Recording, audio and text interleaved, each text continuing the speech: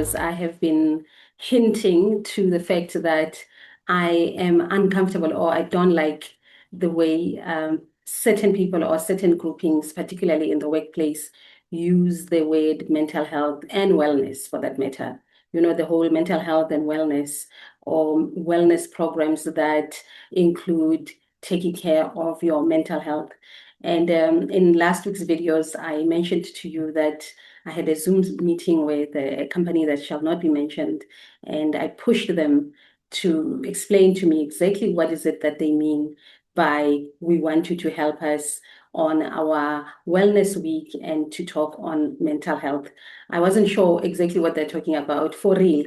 I wasn't being snacks, I wasn't being arrogant.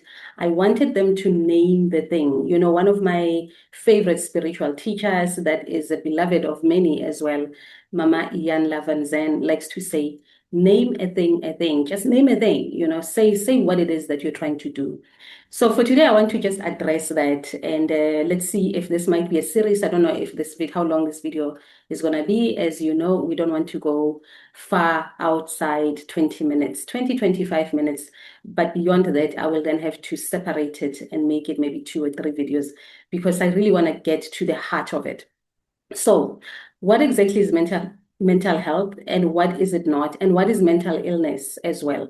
Because in that conversation on Zoom, the colleague of, you know, because it was 2 ladies, 2 very senior ladies, one of them said something along the lines of, yeah, but we don't want to be interrogating people in their mental illness. And I was like, yeah, no, we are far. We are in the weeds. We are really, really far. So what is mental illness? Mental illness is things such as bipolar, clinical depression, schizophrenia, PTSD, post-traumatic stress disorder, chronic anxiety, all those things that are clinical by nature, the things that are an individual, you know, they are your individual issues based on your own upbringing and or whatever has happened in your life and your lived experience. They may or may not include stress at work. They may or may not include that, but they're basically very clinical and they're also very chemical, which means most of the time, if not all the time, you are going to need a psychiatrist, a psychologist, and that world has very little to do with coaches or life coaching as I do it. However, a person with a mental illness, let's say a person who struggles with depression, who goes into depression, a person who does have bipolar, depending on whichever the bipolar is, because bipolar also has categories. A person who struggles with chronic anxiety can have a psychiatrist and a psychologist and still have a life coach to help them with certain things. So that is a mental illness. That is a separate thing. Mental health, on the other hand, which is interestingly also quite broad. So when we say mental health, we mean when a person who is mentally healthy is a person who is highly regulated, emotionally regulated. You know how to regulate yourself and you know how to relate with other people. You know how to cope with a lot of stress. You know how to put boundaries. You know when to say no. You know when to say yes. You know when enough is enough. You have a good sense of what it is that is for you and what is not for you. You are mentally healthy if you are able to stay centered, to stay sane, even in overwhelming situations, or even if you don't stay sane, even if you show anger or distress or frustration, you are able to come back quicker than someone whose mental health is not so healthy. Someone who may fall apart and struggle with a lot of things because they are not mentally healthy. So mental health includes a highly regulated nervous system over time, and you recover very quickly from any upset, any distraction, any, you know, so it requires a very sober, a very psychologically healthy and emotionally stable person to have mental health. Okay, so that is in its true essence, that is the definition of someone who is mentally healthy. Can you see already that we are already in vague territory? But that is the essence of it. And just to reiterate, so that you know, so that you don't have to rewind. A mentally healthy person is a person who is able to feel a range of emotions without being overwhelmed or shutting down over a prolonged period of time. So you are able to hold a very difficult conversations. You are able to hold your own in very stressful situation. You are able to express how you truly feel in difficult situation without losing your cool. You are able to express that your anger, your sadness, your frustration, you can express those without shutting down, without falling apart, without losing it, without losing people, without being childish about it. So basically, a mentally healthy person, the one who is emotionally intelligent and can hold their own and can come back to center. In other words, it is a person who can hold the adult position. You know, there are 3 positions that we always move from. I did a video or I promised to do a video on that. I don't remember if I did the video or not, but we are at any given time as human beings, we move from child, parent, or adult. Yeah, we'll get to that video some other time. But a mentally healthy person is a person who's able to really just be centered. And that takes a highly emotionally intelligent, spiritually intelligent person. So already we are talking about a very broad term when we say mental health. Now, we then take it to where it gets very cringe and it gets very weird in the workplace. Why it bugs me in the workplace when they say wellness and mental health is the following. In fact, before I even talk about why it bugs me in the workplace, let's talk about what mental health is not. Mental health is not the ability to remain calm and monotone through everything. When I say you can hold your own, I don't mean you are calm. I just mean you can withstand, you can sit in a room and argue and debate and put your point across without falling apart, without shrinking, without contracting, without you are there and you know that you guys are navigating a very difficult meeting or a very difficult conversation at home, and you are not losing your cool, you are not shutting down, you are not getting overwhelmed, but you are showing frustration, you are expressing anger, you are naming what irritates you, you are being human. That is someone who is mentally healthy. So it doesn't mean that if you are in mental health, you are just calm and monotone and numb and disconnected and disassociated. That is not a mentally healthy person. It is not being optimistic all the time. That's another one. You know, they stay positive, stay positive. No, that's actually the opposite of mental health. Mental health is not optimism. It's not, let's be positive, let's be motivated, let's go, go, go, go. That's not it. That is not mental health. That is something else, but it's not a sign of mental health. If anything, it might just be a sign of denialism or avoidance or that thing. So it's not about being pleasant or being agreeable or being fine all the time. That is not mental health. Okay, now, in the workplace, why does it cringe and why does it bug me? It's because they then hijack this already vague, already broad term, and then they use it so that it sort of feels like they're doing something for the employees. So these are the following things that bug me about how mental health and wellness, for that matter, is used in the workplace. One, mental health in the workplace is cringe because it avoids specificity. So it's an already vague term and they make it even vaguer. It helps them, or it helps institutions and companies sound caring, and maybe they are. Look, maybe they are. And that must be commended, that, you know, we are already moving in those spaces where the workplace is kind of taking serious steps around employee wellness and mental health. You know, for lack of a better word, we have to find another word, guys. So you have to. And so firstly, it makes companies sound caring. It avoids specificities. What do I mean by that? For an example, let's say your company has a high staff turnover, or it has a problem of quiet quitting, or it has a problem of serious conflict. You know, there's silos, there's conflict management, there's a lot of chronic and intense politics where people are bullied, where people are silenced, where people are constructively dismissed, where there is just a lot of anxiety and a lot of fear in the culture. Instead of a company specifically saying, for this quarter's wellness week, we are going to focus on bullying in the workplace, or psychological safety in the workplace, or burnout in the workplace, because there is a lot of work as well. There's workload is breaking people's backs. And I'm saying this with a little bit of authority because a majority of my clients are in middle management to senior management. And I cannot tell you how much it shocks me how much work people have. I'm talking about people who are always having their laptop open, even on weekends, who are dealing with chronic stress, like prolonged exhaustion, which turns into burnout.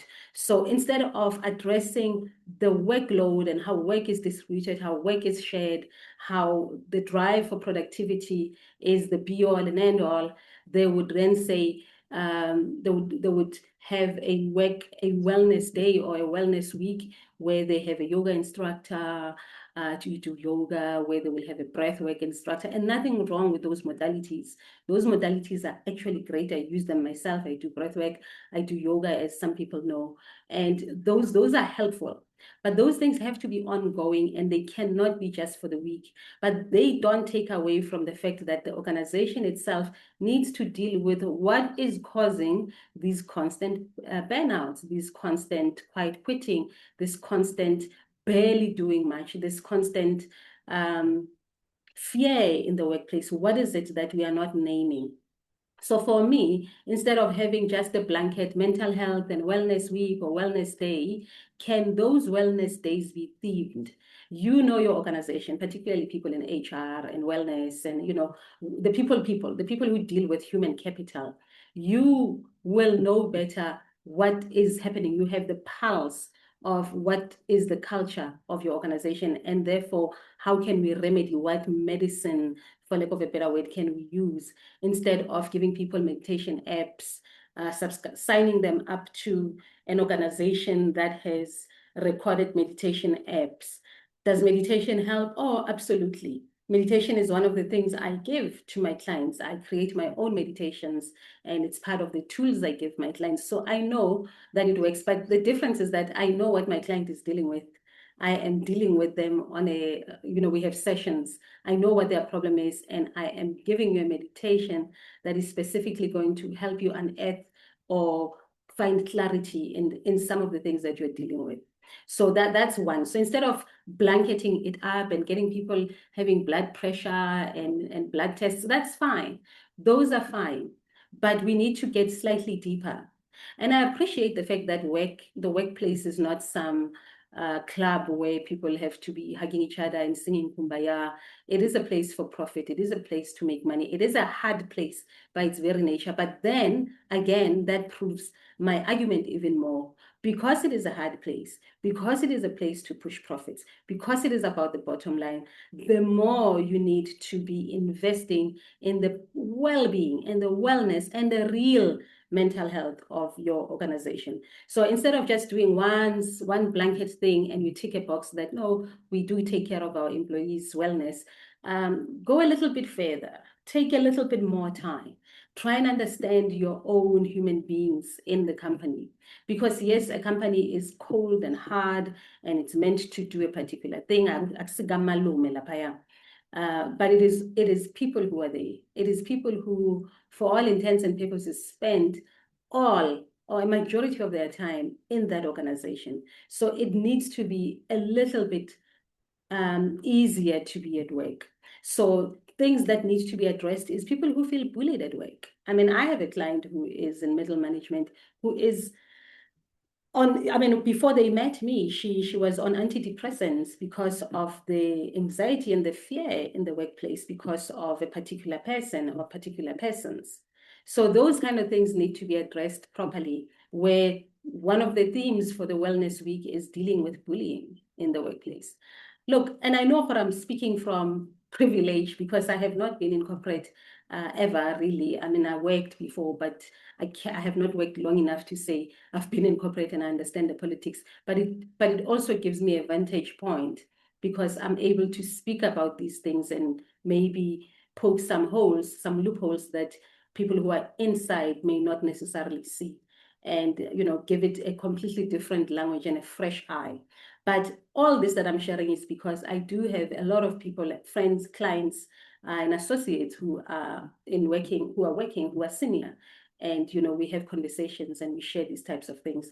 So that's what makes me cringe. That's one of the things. The second thing, or the third thing, I don't know if I'm counting or not, is that the whole mental health and wellness themes or thing in the workplace, it individualizes it. In other words, it makes the issue about the employee and not the company. In other words, if people are resigning, if there's a high staff turnover or there's a high quiet quitting, they want to remedy the people. Like, yeah, no, but stressed, let them have meditation. Instead of changing, instead of looking at what is it that we are doing, what is it about the company that's causing this? Can we deal with it? Because that's wellness. Are you with me, somebody? That's part of dealing with wellness, because wellness is also about cleaning up what is hurting your most important resource right now, at least for now, until you replace us all with AI. But for as long as there are human beings in the company, can the whole mental health wellness be a dual thing between the employees, yes, and the organizations itself? Are you with me? So that is another thing that is bugging me. Let me see what else I have on my notes, and then I can just shut it down for now. And maybe in the next video, we'll talk about what would be best, instead of just blanketing everything up with mental health. Maybe I can do a specific video where I give tips to people who are in the wellness space in an organization as to what are some of the programs that you can put in place and why, and you need to be very bold about it, because that's another thing that I find very interesting about people in positions of power. I mean, if you're a senior manager or a middle manager and you have staff that you're managing and you have a budget that you're managing and you have some form of leadership and authority, why is it that that authority is not being used? I've never understood that. I really never understood that. But then again, it is probably part of the politics of being in corporate SA. But let me see if I have anything else on my notes, and then we can shut it down. Yeah, no, I think that's it. To companies, get to know what's going on with your people. You have a department that looks after human beings. You call it wellness, for crying out loud. Let wellness do its work. Understand what is going on with your people. People are going through a lot. People are grieving. In fact, before I go, I've just recently gone back to LinkedIn. I'm posting on LinkedIn. Please do follow me on LinkedIn. I think it's just Lebukuli. Yeah, it's Lebukuli on LinkedIn. And I bumped across a very popular post that someone posted. It seems like it's someone who's popular on LinkedIn, because it was well, I mean, a lot of comments were there. This person was talking about how they've just lost a mother and they went back to work and they don't know how to cope, they don't know how to whatever. And she was basically saying, we don't talk about grief enough. You can't expect to bury your mother, and then when you go back to work, you must perform the same. You are a completely different person.